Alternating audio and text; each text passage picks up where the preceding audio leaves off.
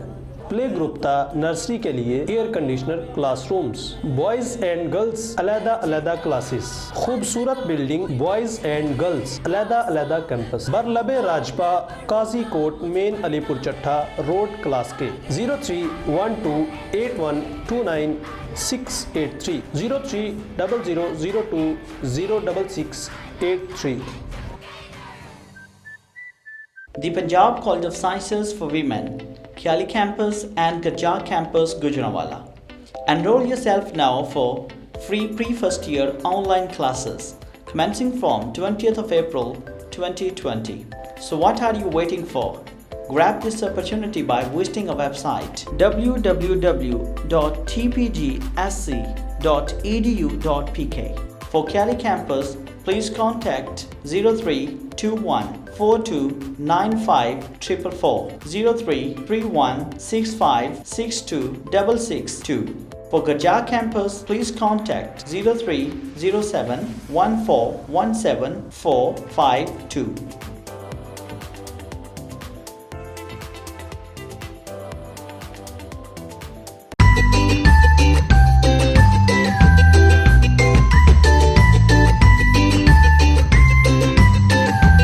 New جناح international school میں میرے بچے پڑھتے ہیں اور ہم لوگ بالکل سیٹسفائیڈ ہیں۔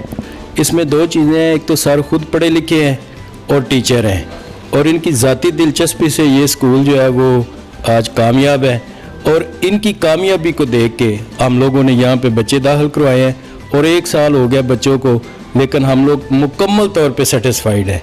نیو جناح انٹرنیشنل پبلک اسکول کلاس کے داخلہ جاری ہے۔ 100% رزلٹ دینے والا علاقہ بھر کا واحد ادارہ، خوبصورت بلڈنگ، بہترین سیکیورٹی کا انتظام، بوائز اینڈ گرلز علیحدہ کیمپس، خوش اخلاق انتظامیہ، high qualified staff, Gujranwala board سے الحاق شدہ کشادہ اور ہوادار کلاس رومز، جدید ترین کمپیوٹر لیب، جدید ترین سائنس لیب، خوبصورت لائبریری، علاقہ کا سب سے بہترین انگلش میڈیم ادارہ جپس، پوزیشن ہولڈر بچوں کے لیے خصوصی انعامات۔ نیو جناح انٹرنیشنل پبلک اسکول گربی منڈی کلاس کے 037462462462 05567052216۔